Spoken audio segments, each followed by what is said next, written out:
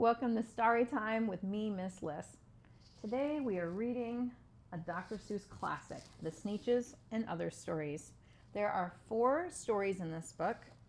The first is the longest, and we will start with The Sneetches.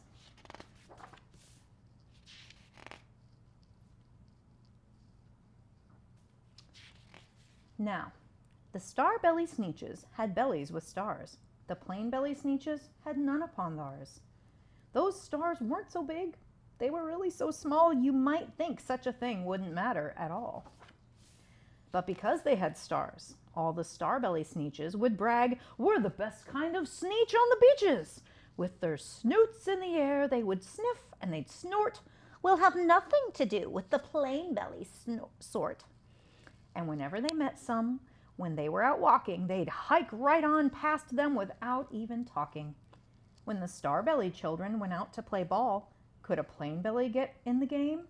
Not at all. You could only play if your bellies had stars, and the plain-belly children had none upon theirs. When the star-belly Sneetches had frankfurter roasts, or picnics, or parties, or marshmallow toasts, they never invited the plain-belly Sneetches. They left them out cold in the dark of the beaches. They kept them away, never let them come near, and that's how they treated them year after year. Then one day, it seems, while the plain-belly Sneetches were moping and doping alone on the beaches, just sitting there wishing their bellies had stars, a stranger zipped up in the strangest of cars. "My friends," he announced in a voice clear and keen, "my name is Sylvester McMonkey McBean, and I've heard of your troubles. I've heard you're unhappy, but I can fix that. I'm the fix-it-up chappie. I've come here to help you. I have what you need, and my prices are low, and I work at great speed, and my work is 100% guaranteed."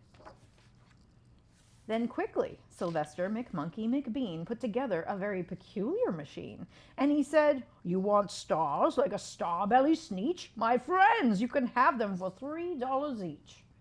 Just pay me your money and hop right aboard." So they clambered inside. Then the big machine roared, and it clonked, and it bunked, and it jerked, and it burked, and it bopped them about. But the thing really worked. When the plain-belly Sneetches popped out, they had stars. They actually did. They had stars upon theirs. Then they yelled at the ones who had stars at the start. "We're exactly like you. You can't tell us apart. We're all just the same now, you snooty old smarties, and now we can go to your frankfurter parties." "Good grief," groaned the ones who had stars at the first. "We're still the best Sneetches, and they are the worst. But now how in the world will we know," they all frowned, "if which kind is what, or the other way round?"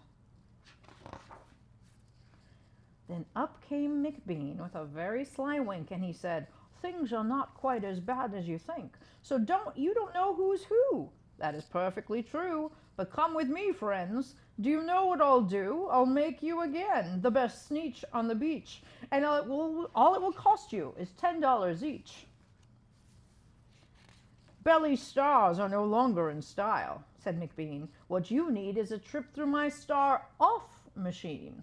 This wondrous contraption will take off your stars, so you won't look like Sneetches who have them on theirs."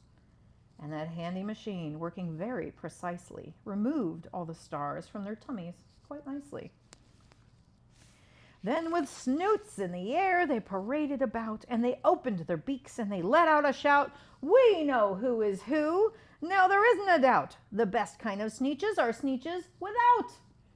Then, of course, those with stars all got frightfully mad. To be wearing a star now was frightfully bad. Then, of course, old Sylvester McMonkey McBean invited them into his star-off machine. Then, of course, from then on, as you can probably guess, things really got into a horrible mess.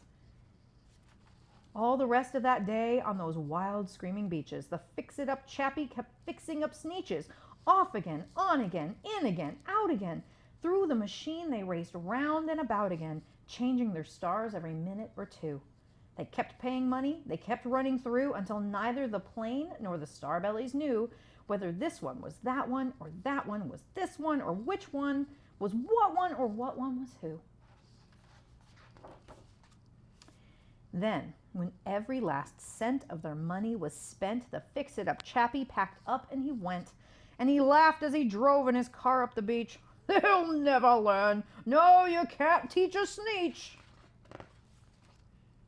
But McBean was quite wrong. I'm quite happy to say that the Sneetches got really quite smart on that day. The day they decided that Sneetches are Sneetches and no kind of Sneetch is the best on the beaches. That day, all the Sneetches forgot about stars and whether they had one or not upon theirs.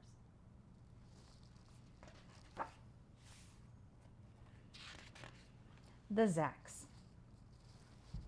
One day, making tracks in the prairie of Prax, came a north-going Zacks and a south-going Zacks. And it happened that both of them came to a place where they bumped. There they stood, foot to foot, face to face. Look here now, the north-going Zacks said. I say, you are blocking my path. You are right in my way. I'm a north-going Zacks, and I always go north. Get out of my way now and let me go forth. Who's in whose way? Snapped the south-going Zacks. I always go south making south-going tracks, so you're in my way. And I ask you to move and let me go south in my south-going groove. Then the north-going Zacks puffed up his chest with pride. I never, he said, take a step to one side, and I'll prove to you that I won't change my ways if I have to keep standing here 59 days. And I'll prove to you, yelled the south-going Zacks, that I can stand here in the prairie of Prax for 59 years. For I live by a rule that I learned as a boy back in south-going school, never budge. That's my rule. Never budge in the least. Not an inch to the west. Not an inch to the east. I'll stay here not budging. I can and I will, if it makes you and me and the whole world stand still. Well, of course the world didn't stand still. The world grew. In a couple of years, the new highway came through and they built it right over those two stubborn Zacks and left them there standing unbudged in their tracks.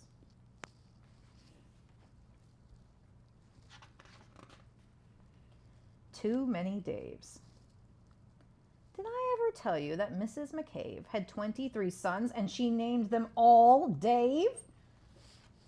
Well, she did, and that wasn't a smart thing to do. You see, when she wants one and calls out, Yoo-hoo, come into the house, Dave, she doesn't get one. All 23 Daves of hers come on the run. This makes things quite difficult at the McCaves, as you can imagine, with so many Daves. And often she wishes that when they were born, she had named one of them Bodkin Van Horn, and one of them Who's Foos, and one of them Snim, and one of them Hotshot, and one Sonny Jim, and one of them Shadrach, and one of them Blinky, and one of them Stuffy, and one of them Stinky. Another one Put Put, another one Moonface, another one Marvin O'Gravel Balloon Face, and one of them Ziggy, and one Soggy Muff, one Buffalo Bill, and one Biffalo Buff, and one of them Sneepy, and one Weepy Weed, and one Paris Garters, and one Harris Tweed, and one of them Sir Michael Carmichael Zut, and one of them Oliver Bolivar Butt, and one of them Zanzibar Buck Buck McFate. But she didn't do it, and now it's too late.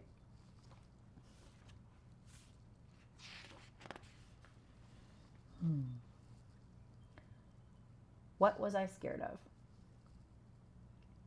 Well, I was walking in the night, and I saw nothing scary, for I have never been afraid of anything. Not very. Then I was deep within the woods when suddenly I spied them. I saw a pair of pale green pants with nobody inside them. I wasn't scared, but yet I stopped. What could those pants be there for? What could a pair of pants at night be standing in the air for? And then they moved. Those empty pants, they kind of started jumping. And then my heart, I must admit, it kind of started thumping. So I got out. I got out fast as I could go, sir. I wasn't scared, but pants like that I did not care for. No, sir.